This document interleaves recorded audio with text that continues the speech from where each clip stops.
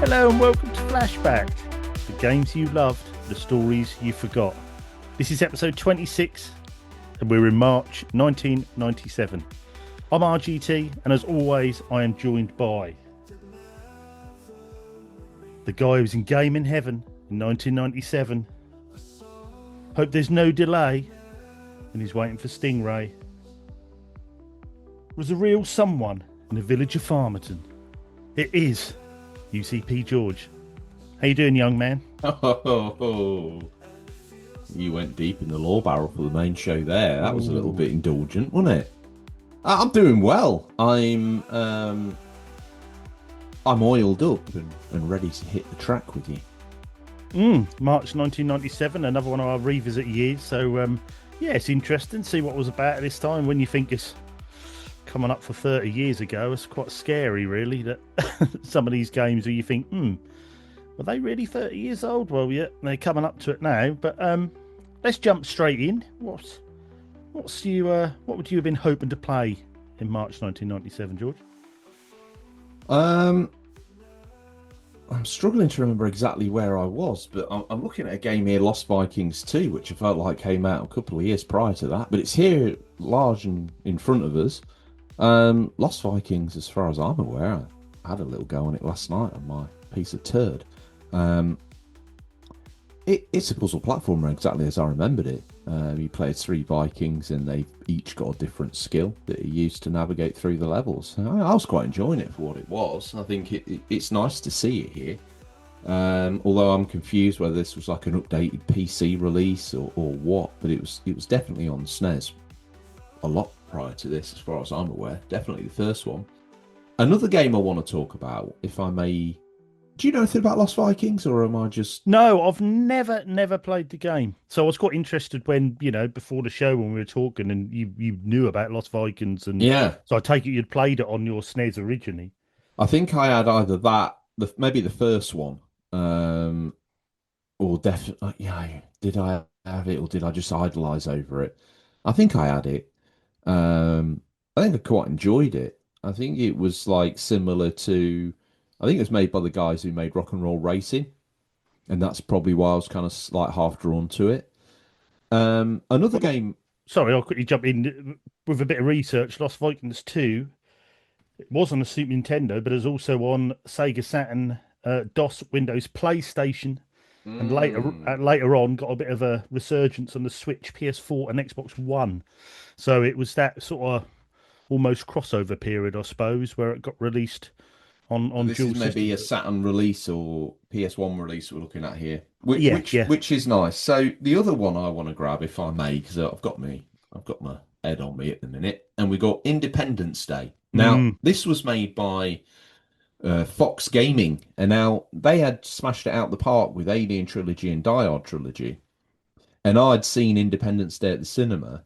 So to me, this was the perfect trifecta. Unfortunately, thanks to the gaming magazines at the time, I avoided a classic home dunk here of absolutely buying a piece of turd. As far as I'm aware, Independence Day was a little bit of a not very good game. So Well, I was I'm actually going I'm to glad pick I this. missed it. I Oh, was because I bought this later on. I did buy this back in the day. you I loved bought it? I bought this back. I wouldn't say I loved it, but I've played and quite enjoyed the game. I've only played the first couple of levels on the Saturn.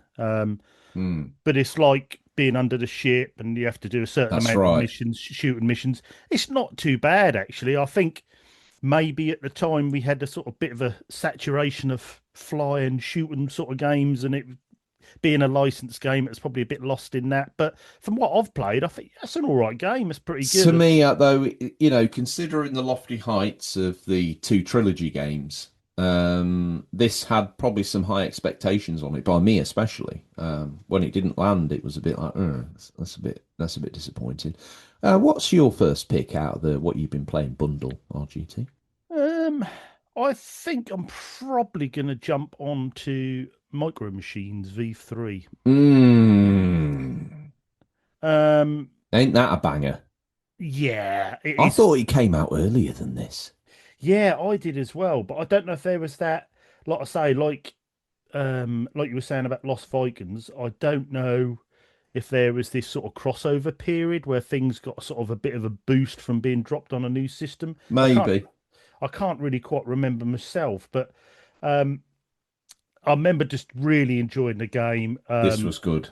Yeah, uh, I'd had the other ones, or a couple of them on Mega Drive. I've got them all now, but I'd had the other ones on a couple of them on Mega Drive back in the day, and just it was just a timeless game that you could spend so many hours in playing with your friends over and over again without getting too bored of the game. Do you know what I Correct me mean? if I'm wrong though. When this first, you probably didn't have it when it first came out. You probably got it after, but I got this game when it first came out, and I'll be honest with you, the surfaces you were playing on at the time on the little CRT I was using, I was convinced were photorealistic. Obviously, Mm. I've gone back to it later, but on a bigger, more modern screen, and there's no way they are. But I'd love to see it running on a CRT again, see, how far off it was in reality. But yeah, graphically, for the backgrounds, the cars I think are a little bit cheap. They're kind of like 3D assets that kind of rotate on their mid-axis Mm. point. But it's a great game, and it's like you say, it's a fun multiplayer game. And I bet you that's cheap now for a PS1 game.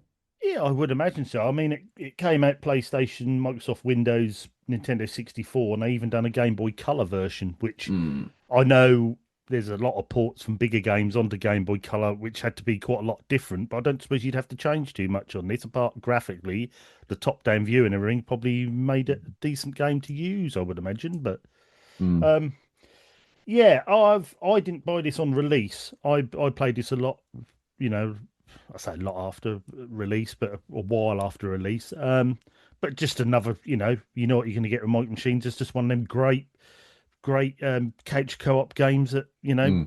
always handy to have. Um, yeah, I love that game. Absolutely brilliant. Um, I will also go on to my second pick, Blast Corps. Um, Nice. Now this is a game I always knew about on the N64. I think I might. I don't know if I've misremembered, but I'm sure I had a friend who had this because it was just from that Blast Corps logo. I remember seeing it on his shelf, and although I didn't really play too much of his N64, I just remember this game. But it weren't till I got an N64, way down the line, sort of 12, 15 years ago, that and then started picking games up, and I got Blast Corps for it. And what a unique game that is! Absolutely brilliant. Where you just got to clear the way for the is it a nuclear bomb? I think you've got coming through or something, I and think it's a variety of different things. yeah, I think the first level is a nuclear bomb. I can't remember. But anyway, yeah, and basically what you do is that they need literally to go as the crow flies to take this whatever that is, on each level, and you have to clear the area, destroy the area for it to get through. Very unique idea, but very playable and great fun. Works really well on the N64. Exclusive as well, I think, if I remember Mm. rightly. But did you get this back when you had your N64? Was this I a don't later think I ever had purchase? it. I don't think I Oh, ever had really? it. I kind of always looked at it and thought, maybe it's for me, but it did feel a bit at the time to me hollow experience. Um, Kind of it was the same thing over and over again, which maybe with a little bit more maturity, I might have realised could have been fun. It certainly sounds like quite a fun early open sandbox kind of game in Hmm. terms of what you can do. It always reminded me of a game on Atari ST and Amiga called Hunter, which was like a variation of like Midwinter, but you were this 3D polygon model that could walk around like this map where you could literally do anything you wanted within reason. Hmm. Um, but yeah, I think we talked off air, and I might be taking a stab in the dark, but I think this might have been done by DMA, who later became Rockstar, did it not? No, this was actually done by Rare. This was their first N64 game. Ah, what's the one I'm thinking of? Are you thinking of? Message below. No, message below. Let's get the Yeah, interactivity going on. yeah, we were speaking about it before, weren't we? Rockstar game. I can't remember myself now, but yes, this was done by Rare, and obviously the famous Stamper Brothers produced this as their That's first right. N64 game, and obviously we know where Rare went on the N64 after this. But um, yeah, great game, and it. The thing I love about it is when you think it's Rare and you think it's the Stamper Brothers, it's almost got that 8-bit micro game style to it. Mm.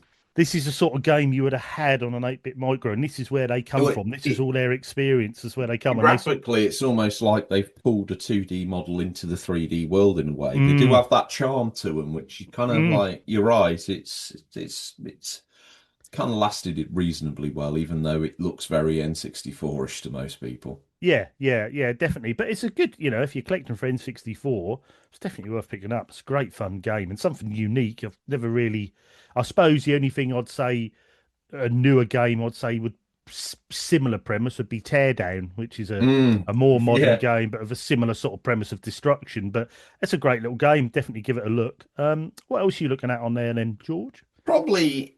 I'm probably looking. Uh, hmm, Clever girls. I'm looking a dinosaur square in the eyes. It's Turok Dinosaur Hunter. Um, Game that I know from the N64. You were some dude that tore around these landscapes, very foggy landscapes, I must admit, fighting dinosaurs. It was a fun game, although obviously compared to GoldenEye, this thing sort of aged him not too well. I remember Turok 2 needing the expansion N64 expansion pack and being, maybe the poster boy of midlife N64. But Turret the Dinosaur Hunter 1 was the probably the launch game you got if you're, one of the bigger boys, maybe if you're getting an N64. Um, I enjoyed it, but I don't think it had maybe the length and breadth or depth of something like GoldenEye, really. GoldenEye Mm. made this look a little bit basic, especially with the fog. And And yeah, and I think also I remember with Turok as well, it seemed to have came out. There was different versions on Game Boy Advance, Game Boy mm, Color. They seem to have sort of flooded the market with this sort of Turok brand, if I remember rightly. But yeah, that's it kind never of something that didn't quite appeal to me, and it didn't. it took off and it was quite edgy. In Turret 2, you had the infamous weapon, the cerebral ball, which was, you know, me and my mate Martin, who often used to laugh about the cerebral ball because it was like a bore drill that you fired and it kind of like went into the enemy's head and then sort of drilled in and then pump their brain out. Now, this was all done in N64 blocky 3D detail, so you weren't really seeing much. It was just red pixels sort of spraying out top of a dinosaur's head. But yeah, things have moved on. I think Turret was brave because the levels were large and open, hence the fog or the mist of the forest or whatever it was. But obviously other shooters, Perfect Dark, GoldenEye, they had a more linear, narrow path, which meant they could look great, but Mm, also keep the focus moving forward. I remember Turok would be a lot of the time we'd just be walking endlessly in circles trying to work out where to go next, trying to hug the outside of the map looking for a way out or a thing. There was a lot of that going on. Whereas GoldenEye and the other games, they would be bam, door. It was very linear, and for that reason, probably not as brave, but that made the gameplay more focused. If you're looking for something a little bit more open, maybe you could argue a little bit more mature. Um, Maybe give Turok a go. I can't imagine it costs much on N64 these days. The first game I you used to wouldn't have see it, thought so because I think mate. You in used to see America, it. I think you get it in like the black. Is it a black cartridge? I think. Two is a black one, I know for Oh, sure, okay. but I don't know about the Was it first one. was it Turok that had a problem where they actually launched a game that wasn't complete and they had to try and recall the cartridges because obviously you couldn't. There I was know, a little bit. I think there was some miscommunication maybe about the expansion pack because I think you could right. play Turret 2 without it, but it was really only like the first level or maybe a training area, a little bit like Perfect Dark got rumbled with later on. You could play it without, but not really. And Mm, I think Donkey Kong 64 also suffered from the fact that I don't think it needed the expansion pack, but there was a glitch in the code that made it so you really had to use it. And obviously, infamously now, it's later transpired that I think the expansion pack was already on the board. And what you do is you just jump it when you put the expansion pack in. Correct me mm. if I'm wrong. Message below if I've got that wrong, but I do believe that to be true. Um, in terms of other games I would pick out from this list, I really don't think there is anything else for me. Um, Probably Theme Hospital, but only from a point of like having watched it played at a later point in time. Um, Maybe FIFA Soccer 64, which is a polygonal dog's breakfast these days, but it It's I plays actually had quite it. well. Yeah, I had to go on this recently. I wouldn't say plays quite well, but the thing with it is it was difference to the other FIFAs. You had some big sprites, big characters on there to play with as well. And when you first play, especially with an N64 controller, you're a bit like, what the? Once you get into it, it's actually really good fun Wouldn't say to because you, I was it, round a mate's about 10 years ago, so quite some time ago, maybe a little bit more. And he had an N64 for shits and giggles in his front room, really. mm, And I went round and I said, "Oh, what you got?" And he didn't have many games. One of them was that FIFA. And I said, "Oh, put it in." He put it in. And first of all, like you say, it was a bit like, "Oh my goodness gracious me." But yeah. then after that, we were like, got actually quite, I don't even like football or really play football games, but we got quite competitive and quite good at it. We were Well, the like thing doing is as well, passes and all yeah. sorts. When you first play it, you think, "Oh, I'm really bad at this game," and then you think, "Oh, no, I'm not. This is the way the game plays." And then when you realise your competitor is equally as handbraked as what you are, suddenly it turns into actually quite a good fun game because you're Yeah. both battling against the game, but also not the knowledge of knowing how to play this certain football game. And actually, you could play some really good matches in it. It's quite good fun. Yeah. I've recently sort of gone back to play old football games. I've had so much fun playing them. Me and my mate, if we go to the arcade, like Retro Replay in Norwich, we always play Virtua Striker. Mm. It's just something about that game is so addictive and so fun, and it's nowhere near your FIFAs and your EAFCs, whatever it is nowadays, but it's just good fun and great fun to play. It's something that takes it back down to that just almost makes it overly difficult, but that's the challenge of trying to score. It's Yeah. brilliant fun. And yeah. So I understand that FIFA 64 definitely a good one. I'm going to pick one more, which obviously for the audio listeners won't be very good, but for you, I will show, which is Dark Light Conflict, which is the very last game on our list. My mate actually bought this for me for a birthday present a few years ago. He's a bit like Mrs. RGT. He'd sort of go cleverly just sneakily look through my collection, see what's missing, and buy me something to add to the collection. And this is one of them, Dark Light Conflict. Um, I've got the Saturn version. It's again, I like my space shooters. I was collecting quite a few of them for a while. This is quite a good game with quite a good story, and if I remember rightly, I think go in the comments below if I've got this wrong. If I remember rightly, I think you were like one of the best pilots for Earth, and then you have this battle with these aliens. The aliens capture you and then make you fight for them for a certain amount of time, to which you then escape and go back to Earth after a while. And Earth is moved on a centuries later because you travelled at light speed, so everything is, so you go. So it's quite a deep story. But it's another one of them. Like your Colony Wars, great shooter, looks really good on the Saturn. It's got that. I think those sort of space shooter games in that era really tried to have different storylines and different, because I mean, a space shooter is a space shooter, isn't it? So you need a Yeah. decent story to flush that all out. And Darklight Conflict is really good. I'd recommend it to anyone. I don't Yeah, know what. it's interesting you say that because space shooters don't come along very often. I think the first one I played that was just a shooter was a game called Epic that was on ST and Amiga. That was a beautiful, beautiful game to look at. The pixel art and that was absolutely astounding. But it was a Mm, space shooter and it had a good storyline, and I do believe it also had Holst the Planets as its sort of audio soundtrack to the game. yeah, So you had like Holst Mars Suite, I think, in the battle sections and things, which is always quite exciting. And then after that, there were kind of smattering of like Wing Commanders, and then I think I remember watching a mate play Freelancer for hours, but it was more of a trading game, a bit more of an elite.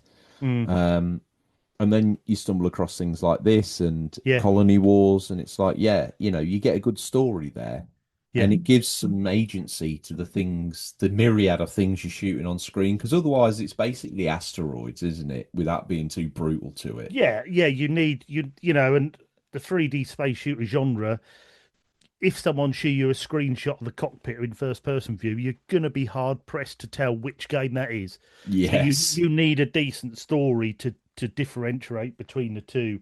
Um, and this was actually this was published by EA and done by Rage Software, but Hmm. this came out on Interesting. DOS, PlayStation, and Saturn. I've got the Saturn version. Now the Saturn version, correct me if I'm wrong, again down in the comments, I think the Saturn version's the easier one to get hold of. Oh, really? So I think you can commonly get this on CEX in the UK. It's about £15 complete with manual on the Saturn, which is a decent price. But they don't really seem to have the PS version very often. So I would imagine the Saturn one was maybe the one that they sort of pushed for. Um, but yeah, I'd definitely give it a go. Like I say, if you're into your space Yeah, shooters, maybe early days of those two consoles. But then again, EA on Saturn, I don't know. Bit weird, isn't it? mm, yeah, yeah. But they were obviously just the publisher. But yeah, so Dark Light Conflict. Well, I think I'm just trying to think if there's anything else on here for me. I mean, there was a few honourable mentions. Need for Speed 2. Yeah, Um, I mean that sailed me by. yeah, I didn't play Need for Speed 2, but I did have a girl on Need for Speed 2. And now I've got a funny feeling. No, again, I might have misremembered this. I thought I played this on a kiosk in a game store. I might have got this wrong, but I thought I played this on a kiosk. But I remember playing it and thinking, oh, this looks really good. This looks like, Hmm. this was sort of a real sort of road race that looked really good at the time. But I never did then. I think I've got it now, but I never picked it up back in the day to play. Just trying to see if there's anything else. MDK, Tekken 3, um, Tekken games I used to sort of delve in and out of more. My mate was more into his Tekken, used to play that religiously, so I'd just join in and play sometimes. I more sort of remember Tekken 1, I think, as more being sort of that look into 3D fighters. We'd already had Virtua Fighter and bits and pieces. Um, Street Fighter 3 came out, Battle Stations was out, Fallen Heaven, Jack Nicklaus 4. Yeah, I think I'm probably about there. I think you are as well, George, I think. Yeah, definitely, mate. Yeah. Well, that leads us on then with to the news. We've scoured the very darkest back pages of the game and mags and even delved deep into the interweb to bring you what was the latest stories in March 1997. First up from Game Pro magazine. This is entitled Inside Scoop. Despite all the holiday hoopla around sales of hard to find Nintendo 64s, Sony wants everyone to remember exactly which next gen system is number one in total sales. Late in 1996, the 15-month-old PlayStation hit the 10 million units sold plateau in global sales, over 3.5 million units in the US.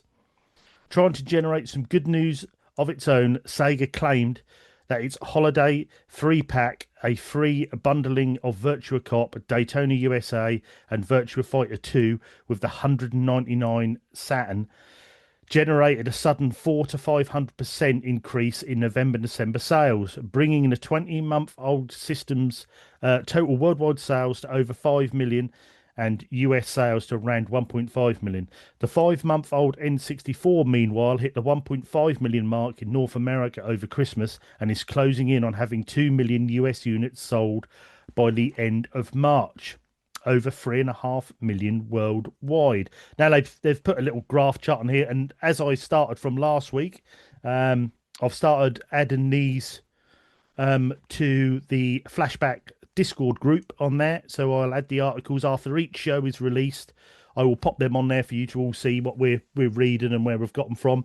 So there is a little graph on here showing the PlayStation, v the Saturn, v the N64. I found this interesting because you know there was still obviously it was still obviously a bit raw between PlayStation or Sony and Nintendo at the time from recent events that we all know about. So Mm. Sony's quite keen to express who was leading the way at the time, although the N64 hadn't been out too long, and you started to feel that how long they'd been out and what they were selling, you started to feel the writing on the wall a bit for the Saturn here. um, I was going to say, to me, this looks like the start of the compounding of the issue for Sega. They have struggled against a non-brand in terms of gaming. We've talked about this before. everyone knows what PlayStation is now, but when PlayStation came out, we'd already seen a Philips CDI, we'd already seen a Laserdisc machine, we'd already seen all these wide of the mark things that never really took off from companies dipping their toe in the water. 3DO, my beloved, I'm looking at you. So for PlayStation to come along, launch a console that was only meant to be an add-on for the Super Nintendo, it to stick the landing, and then command through an early lead, but not really versus Saturn, 10 million sold, 3.5 million in the US alone, which would have been Sega's stomping ground historically. Yeah, that's true. Yeah, very true. And Yeah. then they're looking at 50% down on sales. So although Sega talk of a 500% increase, 500% increase on four is not as many as you're hoping. So, we're looking at 5 million sales there with 1.5 specifically in the US, which again is less than half. So they're performing even worse in what they would consider their sort of home territory of the Sega market historically. Don't forget that Sega is a Japanese company, but started as Service Games, which was a company set up to provide American servicemen like distractions and arcade machines to play while on tours around the world, predominantly in Japan. So they have an interesting history. Um, and then we look at Nintendo, who've arrived with their alleged 64-bit console. I say that, I know it is, don't come at me, but performance-wise, it doesn't represent two times anything else that we're looking at in this time period. And yeah, off the back of the name and some well-received software in Mario was a great launch game. I think Mario 64 certainly moved the needle in terms of people's understanding of the platforming genre and how that was going to transition from 2D to 3D. They stuck the landing. They incorporated the analog control for movement within that 3D environment. But I think this represents to me a little bit of a sea change. Obviously, when it's all washed out, things were a little bit different. Yeah, Saturn didn't make the global impact they wanted it to. But the N64, I think, could be argued got a bloody nose here in a battle with the PlayStation 1. Mm, And really, from there, they were fighting what I would call a bit of a losing battle as being dressed up, A, by themselves and their competitors, as a kids' machine. mm, yeah, definitely. And I mean, you look at this graph, and like I say, you guys listening who are in the Discord, you'll see it, and you've got Sony towering over Saturn one side, and you've got N64 catching the Saturn, and you could just imagine the Saturn's looking up at one side, looking, thinking, well, they're now about to overtake us, and they're just getting swamped by these two massive consoles. But the PlayStation, and I think for me personally, I think the reason this PlayStation stuck like it did, 10 million units compared to N64, which was later release, the 3.5 million at the time. And Nintendo, even to this day, are still a bit like this, but a lot freer. But at the time, was still like to control what was on their system. They were very choosy. That had to be their cartridges, their name, blah blah blah. Whereas Sony opened that up. They were one of the first companies to say, right, you know, make games for it. We want games, and because of that, I mean, what was there on the N64? 270 games, I think, was it, something like that? I don't know, actually. Actually, I can't tell us Don't when it get comes. wrapped up in the detail. Just play it out. And then what is there, 15, 16, 1700 on the PlayStation? Mm. I'm just talking power regions really. So it's I'm probably just having the thought experiment where, let's say the PlayStation never came out. Sony said, yeah, we're not into video games. We had this failed experiment where I'm going to make a CD drive for Nintendo. It didn't go anywhere. They ended up being treacherous dogs, and that fell by the wayside. And the N64 versus the Saturn alone is an actually totally different conversation piece because on the Saturn, all of a sudden you've got CD quality sound. You've got the ability to display FMVs. All of a sudden, this becomes the machine that people probably end up buying over the N64. All of a sudden, Sega's sort of dominance continues for another gen. That represents a different Dreamcast. That represents a totally different mindset from this brand. In a way, I would love to see the alternate universe where the Sega Saturn went head to head with the N64 and what sort of games that produced and what games that were PlayStation bangers would end up on the Saturn And what would they look like? Yeah, I'm with you on that because I think if that was the only option of a disc-based system, it's interesting. Would we All of have a had? suddenly, I don't think it'd be as hard to program for anymore because people would be wanting to explore having, because this was the era where people wanted to see the FMV. Yeah, would we be seeing Final Fantasy VII on there? Would we be I know seeing we kind of would have Alundras and had games? to. Yeah, Yeah, we kind of would have had to. so that would have been Square's or Enix as it was. Was it Square or Enix who were doing it at the time? Square, and I think we're Yeah. doing. Their choice would have been cartridge or the Saturn. That would have been very interesting. And I think probably if Sony hadn't decided to jump into the console market, Saturn would have done pretty well in this generation, I would imagine. It would have been interesting to see what those games look like because obviously the Saturn's got a certain. I know the PlayStation's got a certain look, but the Saturn's got a certain look. Well, I was watching a video the other day, and that was comparing Saturn and PS1 games and certain games that were on both. And actually, people who could program the Saturn, it didn't have nowhere near as much draw distance or pop in as the Mm, PS1 had. But it was just tricky with them two chips and bits and pieces. But I quickly researched the games. So this is what my point. This is what I think the PlayStation done so well because they just opened it all up to anyone to make games. So um, the N64 had 242 PAL released games, mm, or 242. That said stroke 243. So I would imagine there's a bit of a rare title out there. The Saturn had 241 PAL games. mm. The PlayStation had between 1,700 and 1,900 PAL games. So I think What you were the see, total lifetime sales for those consoles? You have a little look into that while I read this next bit of news, and we'll see how the end of the tail of the tape ended up being. okay. So I've got something here from GamePro magazine. Oh my goodness gracious me. Okay.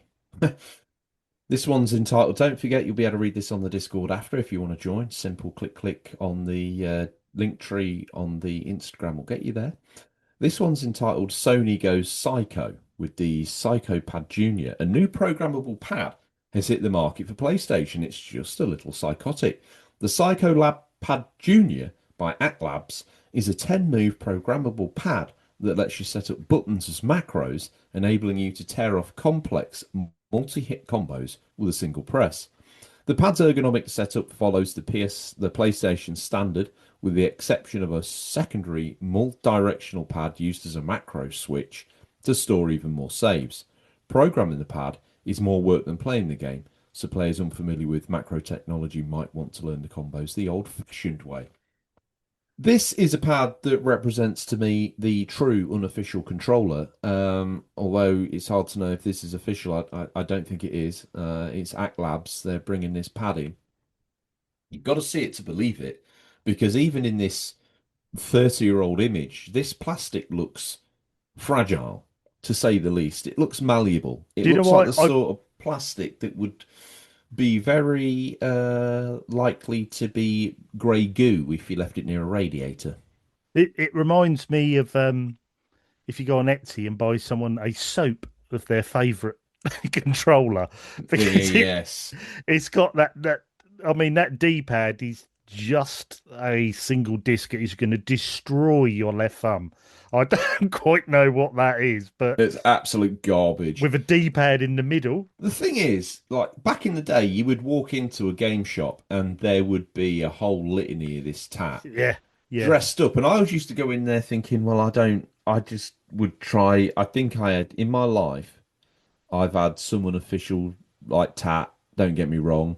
And I think the last real piece of tat I bought was like an N64 controller for cheap. And it was awful. And I remember I would walk up to a door and I'd have to hammer the button to open the door really quickly because my character would immediately turn to the left. And I played through, probably 30% of Ocarina of Time with this broken pad until I Oh, was rewarded with a brand new fair play to you, pad. young man, for doing that. Oh, yeah. Constantly playing Ocarina of Time, turning left. Oh, it was painful. But You it must have added been it. jigging along, going left, right, left, right, left, right. It certainly made you keep your attention. You were very thankful for Z targeting. I'll give you that. As long as there weren't multiple enemies. But yeah, this sort of pad represents to me, you go in, you think it's a good idea, you play fighters or Mummy goes in. The thing is, this concept's lost on Mummy. So you're walking in as a kid, really, wanting to get the edge on your mate on Mortal Kombat. But I think this pad had arrived to solve a problem that was already dissipating. Yeah, and I think if you remember back in the time, everyone, especially this generation, everyone was making other pads. I mean, Capcom were making a Resident Evil pad with the buttons changed to make it easy to play tank controls. Probably wasn't a bad idea. Later on, what I've got in my collection, the chainsaw controller you had from Resident Evil 4. But there was just this period of everyone was making these controllers, Mad Cats and God knows who else.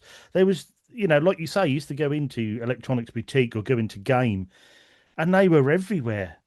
Now, I mean, I remember thinking, what was the original DualShock or PS1 pad back in the day? Would that have been what, 40 pound would that have been for one of I those? reckon it'd been less than that. I reckon it was like 20 quid. So I mean, these weren't that much cheaper. These were sort of 16.99, No, 15.99. these were often more, Yeah, so you're which not. you felt like you were getting something better because it Yeah. was more, but it was shit. Back in the UCP. Um, We're allowed one. Yeah, we'll add one. But yeah, and this, not to say to everyone, we'll add this on to the flashback Discord. I mean, the Psychopad Junior, I don't know what the senior was then, because I mean, that must have looked absolutely horrendous. But with these programmable buttons, I think the only one, No, the senior came with a bus pass. yeah, the only one I think I quite like as a pad. My brother-in-law, when he dug all his old game and tat out of his loft and gave to me, he had one which he swore by rather than a Super Nintendo pad, which is, Super Nintendo pad's a great pad as well. Was it that? Is it a clear Competition S Pro? It is, yes, it is, They were yes, freaking good pads and they looked yeah. $1 million. And I You still could get a use it. Mega I still Drive use it one. now. You could get a Mega Drive one. What, in clear? Yeah, and it was the same Oh, pad, but it just had less buttons on it from memory. Because you yeah, could get a 3 button and you could get the 6 button. So yeah, yeah, yeah. the Competition S Pro was they just looked like proper bigger boys things in the magazines and whatnot, though, didn't they? There was Yeah, and something if you did in sort the of ads. if you did pop R-type on, you could just pop up that auto fire on there, and yeah, really good, great pads. So, like I say, I still use one now, but it's rare that these aftermarket pads were good. Obviously, Competition Pro, we all knew about them from their joysticks back in the day, and that they Mm. always made good stuff with good parts. But There these was a things, Competition S Pro with a little digital screen on it, wasn't there?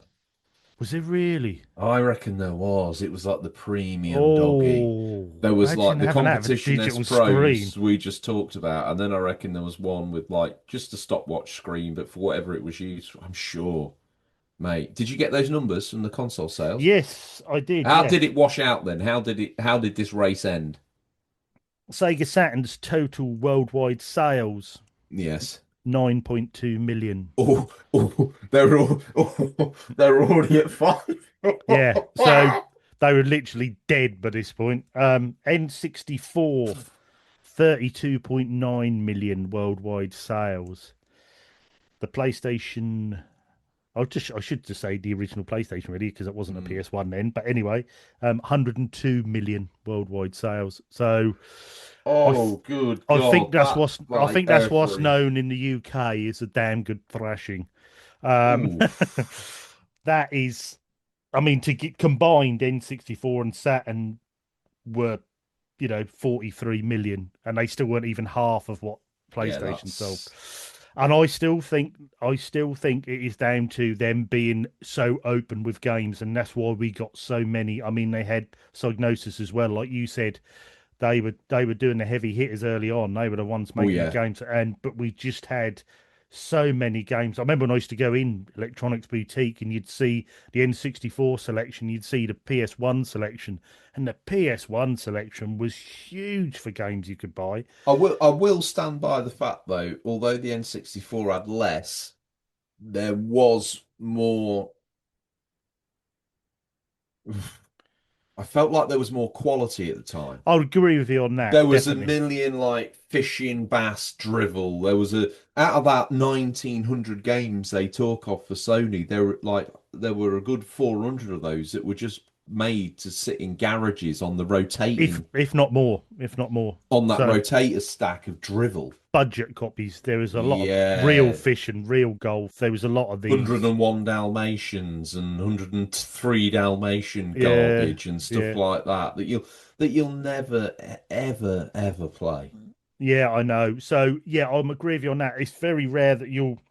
There might be a game that you personally don't like on the N64, but when you actually look at the library, there's plenty you'd think, oh, that's good. That's a decent dime. That's a decent IP. That's a Mario. That's it. So yeah, I would agree with you on that. I don't think there's nowhere near as the percentage of chaff as there is on the PS1. No, there is some garbage games, don't get Yeah, me wrong. Superman 64, some of those acclaimed wrestling games, I'm looking at you, but outside of that, everything else, as you say, might not be your cup of tea, but whoever it was a serviceable game. yeah, exactly. I think you can if you collect them from N64 now, and especially if you're just doing cartridges. I think most of them you'll buy, you'll be quite happy with what the product is at the end of Yeah, it. Whereas agreed. if you're Yeah. doing a full collection of PS1, you're gonna have to buy a lot of crap. Oh, honestly, games that people still don't even know existed on there as well. Yeah, yeah. There was by opening it up, you did get that, but it did make for a very sellable console, and Yeah. like you say, the rest is history. But yeah, going back to the Psychopad Junior, like I say, I'll add that to the flashback Discord, and you can see it all in its glory. It looks like it should be filled with shower gel, to be honest. But yeah, I wouldn't have thought there's many people still rocking a Psychopad Junior. If you are, and you're listening, comment down below, and then join our Discord and show us a picture of you playing Final Fantasy VII with your Psychopad Junior. Yeah, because um, you're a unicorn and you need to be appreciated. Yeah, and I bet if you are using that, you're playing with fingerless leather gloves as well because you're one hell of a cool cat. Mm. Um, right, final bit of news this week. This is from Fingerless gloves, the idiot robber's best friend. this is Don't from worry, mate. I was wearing gloves. Those ones. Yeah. Oh. I started the people who are wearing face masks but cut their mouths out because they didn't want to be restricted breathing. Yeah, that's not really cutting it. And this is finally from Electronic Gaming Monthly magazine. Bandai puts the play in PlayStation. Um, Robot Fighter uses mix and match models to build characters. Every once in a while, a video game comes into the office that's so offbeat and quirky, it elects oohs and ahs and the occasional huh from the EGM editors. That's exactly what happened with Bandai's ZXCD Legend of Plasmalite, a fighting game from for the Sony PlayStation. This this is one of the first ones I saw of this, and that's why I put this in. Um, what separates this title from the crowd are four model kits that come with the game. These snap together models plug into the PlayStation via a special memory card and have interchangeable arms and legs. Instead of a fighting game with pre-designed characters, the player can custom create his stroke her own fighting machine by mixing and matching the model robot's pieces. Since the models plug into the special memory card, the PS can read the changes and create an on-screen version of the robot designed. Since the models are only used to build the various fighting robots, they don't move or shake during a fight. Their functionality is rather shallow. Still, the concept of linking PS games to toy models seems intriguing enough to consider its potential. For instance, imagine a fighting game that lets you choose the characters you want by selling them separately as action figures and customized memory cards. Unfortunately, gamers probably won't see that ZXCD in the United States. First off, the package sports a hefty price tag, almost $180 US for the Game Plus models. More importantly, the fighting game is rather poor. Um, Again, I'll chuck these pictures in. They have a picture of the robot, which looks, I mean, it looks like something that that kid off Toy Story had butchered Sid. Was it of Toy Story? Yeah. It looks like something he's butchered and bolted all these bits on because the bits are random. Now, I did look this up, and this was released mainly in Japan, and a lot of collectors do look for this nowadays. But um, it was an horrendous fighting game, apparently. But I think what made me think of this was people have tried it since. Ubisoft have tried it with the spaceship game that eludes me the name of it at the moment. Starlink. Starlink, which was on No, is that it? Because that's Elon that. Musk's. I think it is called Starlink as well. I'm sure it is.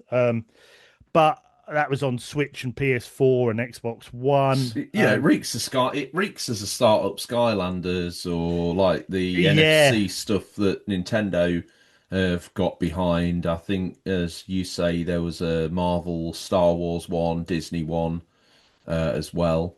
yeah. Disney Infinite, I think it might have been called. We've got the Skylanders like GeoForce or whatever it is with the I think different. one of them has made a bit of a resurgence of late. I think it might have been the Skylanders, but I think Yeah, I think that's kind of come back. You kind of been in the circle. You walk into CX and you see these strange tap figures. Some you recognise, some you don't. But some have a price like fiver, some are a quid, some are just thrown out of the boot of a car at a car boot. They're kind of like random tat, aren't they? People don't know what they are. I think this is an interesting concept. Like I like the idea of it, but shame the game. It looks like a load of engineers got round and came up with a solution for a problem that they probably ought to have started with the game. yeah, It's one of those backward engineered concepts to justify what they've been spending their time and money on, probably. But Bandai Namco, I think it was that you said at the start of the yeah, article that did it. I mean, they've got their foot in the toy market. People don't probably quite realize how wide Bandai Namco go with the machines that they make, operating service in arcades. mm, In terms of pachinko and all sorts of different, they never really left the arcades really, but they provide all sorts of different entertainment um, well, I mean, even equipment and yeah, software. So they've got, and obviously they're into toys. Um, and computer game software. So this to me feels like a tie-up that made sense to them at one point in time. They could see the legs of maybe punting some of their toys out through this as well with a little foot tacked legging in it for some game they're working on. So this action figure also compatible with the ZXED system or some drivel. Um, I can see why they spent the time on it, but they maybe should have got some of the software team to work on a more interesting yeah, software package solution because there's nothing wrong with this. It's a bit ahead of its time. And I think the concept's proven time and time again that kids will want to buy overpriced plastic tap that's worthless in 12 months to zap onto their machine. Uh, yeah, I mean, it's a match made in heaven, really. yeah. I mean, that's exactly what I was going to say. I mean, my daughter wasn't into it so much, but my nephew, when he was younger, was all over Skylanders, and that's what he spent his pocket money on. He learnt what were the expensive ones, what weren't. Car boots. Whenever I took him to a car boot, let's find some Skylanders. Uncle, let's go and find some Skylanders, and he did, and he had a lovely collection of Skylanders, and he played it. But there was a very good game underneath that where the toys Skylanders went. was a good 3D platformer Yeah, and off the that's legs of like Spyro before it even started. yeah. So there was that game behind her, which they obviously missed the point with this. It almost seems like they had spare toy parts and thought, "Damn, how can we get rid of these? Quickly build a game under it, make a special memory card, and away you go." Well, Well, there's also that kind of I can also see the crossover of them having an audience as a kid, then transitioning to being a teen that they then would normally kind of lose sight of as an engaged consumer. If they kind of make this crossover device that sells toys and gets them onto a console and gets them familiarized with their games as well, it's a win-win. yeah, yeah, definitely. It's a bridging device. You can, like you say, you can definitely see why they went down this route. And yes, they were ahead of their time because obviously later on, I know the Star Link or Space Link, whatever it's called, didn't do very well, and they had loads of parts for that. And although it was a great idea, and actually the game wasn't too bad, it was a bit repetitive, but it was a half decent game. Um, you know, they were ahead of their time, but they just didn't nail every aspect of it. It was a great idea, I think. I mean, $180 back in the day, that's a lot of money. And also they had 4 sets, which is probably a bit limited for what you could actually do. I mean, probably 2 or 3 rounds of the fighting game, you've probably seen most of what the actual Yeah, they robots could got do. 4 sets, but it said the parts are interchangeable. So, you know, you don't need many sets with interchangeable parts before you've got what 20,000 combinations. Yeah, yeah, very true. Um, yeah, it was interesting. I I've always liked the idea of this bringing games to life and add-ons you can purchase. I mean, Nintendo make a serious living out of it with amiibos. Mm, You stick your amiibo on your controller and away you go. And I've even been guilty of buying a few amiibos. They're not, from how I thought they work, they don't quite work like I thought. I tried to do it with. I was going to have a second playthrough of Breath of the Wild. I thought, well, I can just boost this a bit from the start, and then you Google which amiibo gives you like certain things, and you think, that's the one. No, it gives you a chance of getting those things. So whenever you scan it, it'll drop a chest into the game, and you'll mm. open that chest, and that'll just be like acorns. All right, come out of the game. Don't save it. Scan it again. This time you got a sword. I've already got that sword. You have to keep the so you've got like a 10% chance of getting that. So it's not all quite as clear as that with amiibos, but That's people gambling to me. it is gambling. It is gambling, pretty much. But these amiibos, I mean, there's thousands of them, isn't there? And some of them sell, when they come out, they're sort of, 30, £40. They're not cheap, these amiibos. So there is a market in it if you do it right. And I suppose Most also, of them never come out their plastic wrapping.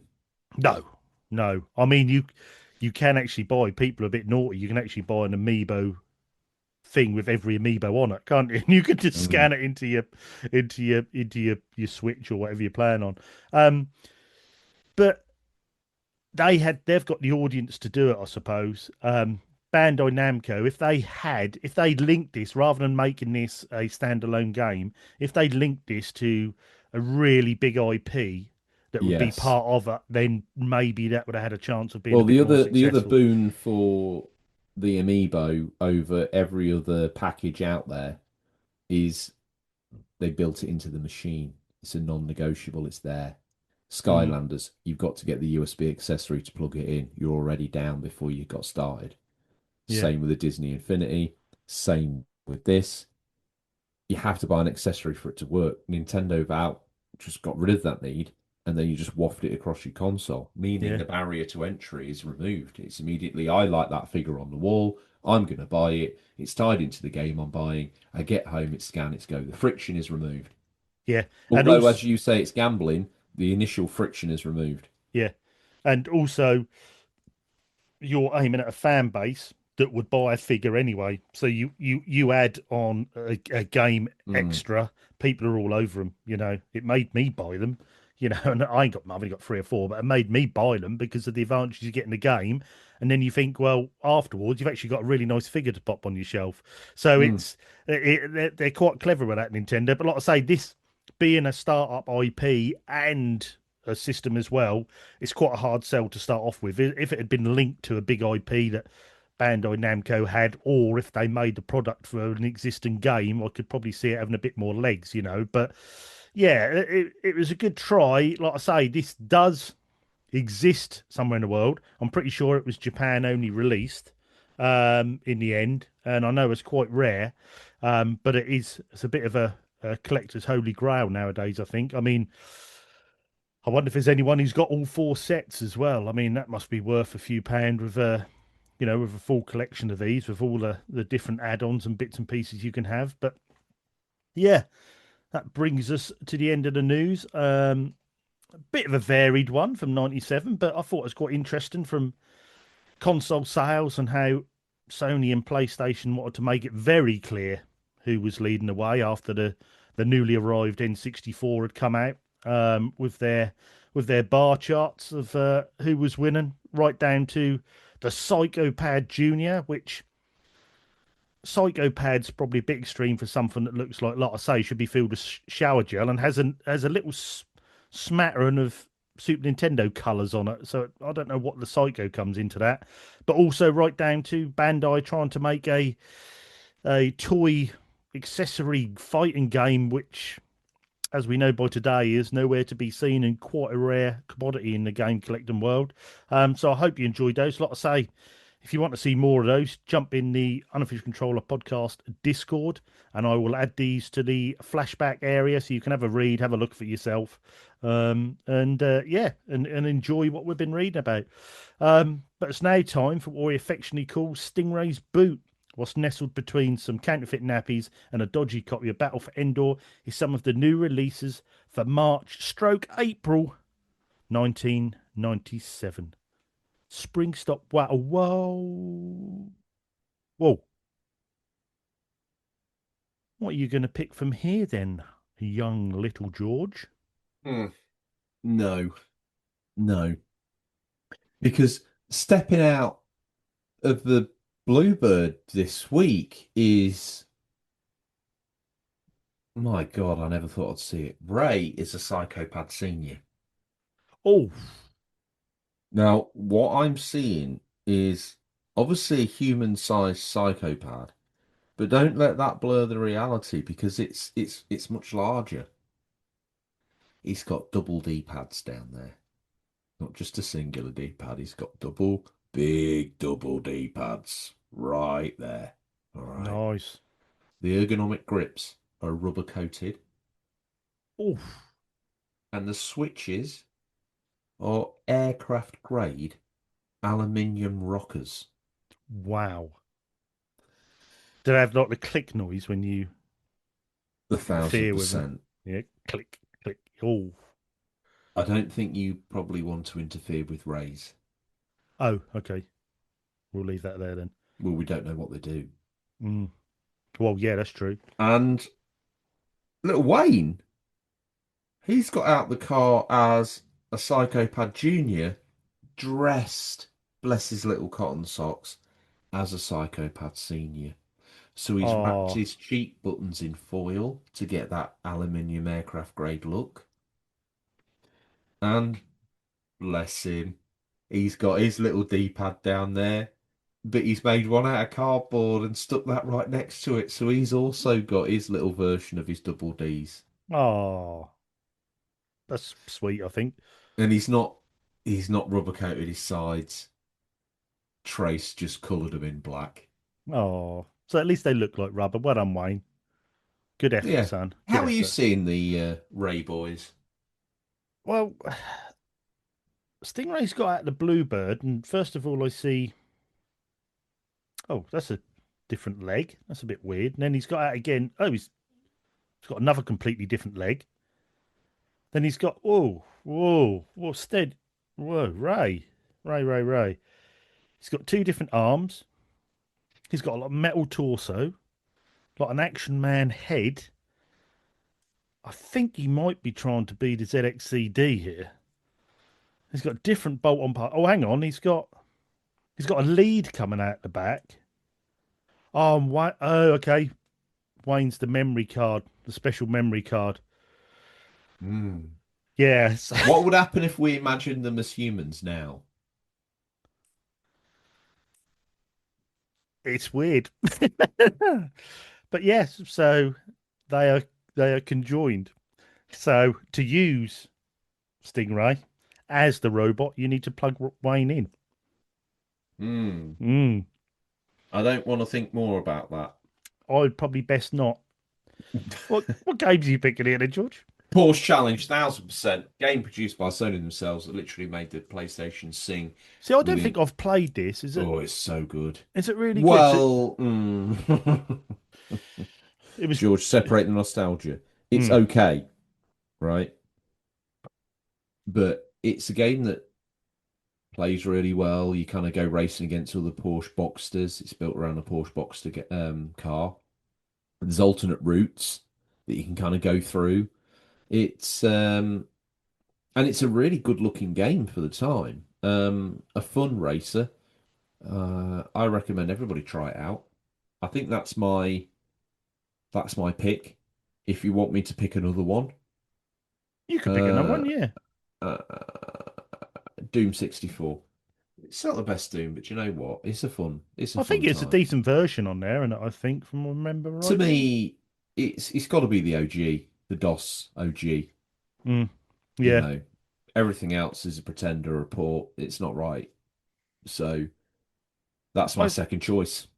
I think for me, I am probably going to go for Alundra, Good uh, choice. as I've recently picked up. Actually, got this when we were at OLL. Actually, funnily enough, I got Alundra 2. I thought, well, I'd like to get the original Alundra as well. For Oh, are you all right?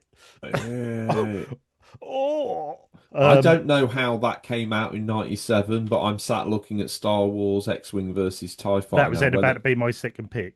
now, sorry for that, but I need to know more about this. Is this like a CD-ROM later edition that brought in like audio, or is this just has my memory just died? You Phil, I will research for you. Okay, so that's my can't believe I left it behind game. Also a game of note here is start of a franchise Wild Arms coming out on April 30th, 1997. Uh, RG, Starwing X-Wing versus TIE Fighter yeah, is a Windows only game yeah. which came out in April 1997. So Wow. it was that time that um Yeah, that's right, because we had X-Wing, TIE Fighter, and then this must have been X-Wing versus TIE yeah, Fighter, and yeah. yeah. Okay. So as you've having that one, I will probably jump on then. I will. No, I'm not having it. Oh, okay. I was going to say then, in case you did want it, because I'm quite happy for you to take that out of the boot. I will take Wild Arms because it's a series I've always wanted to get into. Oh, nice. I think Yeah. I've got a couple of them Wild Arms games. They've always quite intrigued me. Them. Have you ever played those Wild Arms? No, I haven't. I think I've got maybe a PS2 Wild Arms that I've picked up along the way. Is that Wild Arms 4? Ooh, I wouldn't even like to commit to that. I I've got wouldn't like Wild to Arms say. 4, but I've been watching a guy on YouTube. I think it's called PlayStation Paul, and he's been playing Wild Arms 4, and it looks really good. It looks lovely graphics and that, and the setting and everything. And I thought, I quite fancy having a play on that. So yeah, so I'm gonna pick the original Wild Arms PlayStation, give that a go. What is going to be your film choice? Well, I've been thinking about this, and I think the film that I'm going to choose, which really ties in with your one, is, are you ready for this? Yeah. Tomorrow Never Dies. Ooh, yeah. Same actor, Pi- so yeah. Pierce Brosnan, Yeah. James Bond. He made him French. Yeah, Why not? but Yeah. Piers is Irish, isn't That makes sense to you, I'm sure. he? Europeans. Yeah, I know. Uh Europeans. I'm Like just that's the grasping at straws right now. Oh yeah. Oh, I thought you'd actually made a link. Well, I kind of have, but I don't want to argue You it because made a it's link to weak. this anyway, because I've picked which actually came out in March, I believe, in '97, was Dante's Peak. So with the aforementioned Piers Brosnan, James Bond, um, because he's Irish. But yes, so Dante's Peak, and you've got Tomorrow Never Dies. So in Great my one, choices. he dodges madmen, and in your one, he dodges magma. Exactly. I mean that should be a double Mm, pack DVD with that tagline. should be. It should be, shouldn't it? That you can imagine that, couldn't you? If he's not dodging madmen, he's dodging magma. Here's Pack. Your peas pack. I bet that exists somewhere. But I yes, want a T-shirt. I want something in downloads of a picture of that, a DVD pack with like on one side Dante's Peak and the other one Tomorrow Never Dies, and across the top it's like Pierce Pack, and then it has that tagline at the bottom. That needs to be a UCP T-shirt yeah, just by in the the end of the commas. next month. Yeah, Yeah, no, and it says in commas, it says on there, if he's not dodging madmen, he's yeah, dodging magman. And underneath that says UCP. yes. 9 out of 10. Pierce Pack across the top in like gold and bronze, almost like the Back to the With Future. rivets in it. Oh God! And a little shamrock in the bottom left-hand corner. Yeah, just to represent. Yeah. Oh, that would be amazing. You know what you got to do, Captain? Right. He ain't listening to this. This is before he's even born. He loves flashback. He loves to know what us oldies were doing before he was born. That's Exactly. interesting. Yeah. Um, yeah. So let's do a bit of housekeeping before we end the show then. As I say every week, if you're new listening to this, then why not check out our mothership show, which is the Unofficial Controller podcast. Well over 300 episodes on there. Also, you can check out the Unofficial Controller podcast website, which also has a flashback area on there and has now recently added on reviews as well. But there's loads on that website. Very proud of that. All the hard work Captain Scarlett has done on that. So we appreciate that. Thank you, Captain. If there's anything you'd like to comment about the show or contact us, you can either do it by, if you listen to this on YouTube, you can comment down below. You can, I'll tell you what, I hope the video comes out of this because you're a pain when I'm recording. You'll understand if you ever see this video, listeners, because I'm constantly being put off by a child. Yes, if you want to contact the show, comment down below. Or you can contact the show if you're listening on audio through your podcast provider, or you can use our email, which is questions@unofficialcontrollerpodcast.com, or you can contact us on Instagram or X/Twitter. And we also have a TikTok. You can check out videos on there from what's on Flashback to what's on UCP to various other little skits and bits and pieces. And we also, as I've mentioned before, have our Discord, which is the Unofficial Controller Podcast Discord. You can get a link to that off either my Instagram, which is unofficial Retro Gamer Thomas, or you can go to Unofficial Controller Instagram, get the link off there. Come join the Discord. There's various different challenges. There is different quizzes that go on. There's also the flashback area where you can read all these bits and pieces that we'll add on after each show. I think I've covered about that, haven't I, George? All I've got to say, wherever you're listening to this, this show is free. It'll always be free, as is the sister show. Hit subscribe. Do us a favour. It's all we're asking. Yes, definitely. And we'd love to get more eyes on Flashback as well. So if you know anyone that is a retro gamer or you Don't give them more things to do. This week we're just asking hit subscribe. Tell your friends. Yeah. Jesus. Now they're going to do neither. They will. Because they love us. That's why. Prove it then. Prove it to us. Yes, exactly. Is there anything else you want to add, George? I'm fed up of being their dirty little secret. I want to be their main hoe now. This isn't UCP. Keep it clean. That is clean. Ish. Wow. Is that all you want to add to the show? Thank you, everyone, for listening and supporting. Yes. Appreciate you.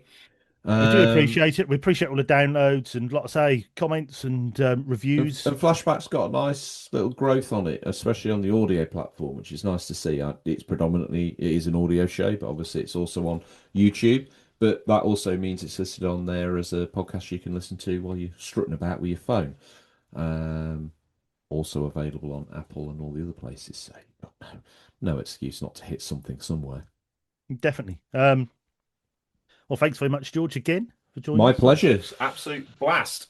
Thanks for having a little nostalgic look back at March 1997. Interesting to see the games and bits and pieces and news articles that are about at the time. Yes, and thanks to all you lot for downloading, listening, your reviews, all your comments. Very much appreciated. And it just leaves me to say, Flashback, the games you loved, the stories you forgot. I'll see you next week, George, and thanks again, listeners. Thank you, everyone. See you, RGT. Bye.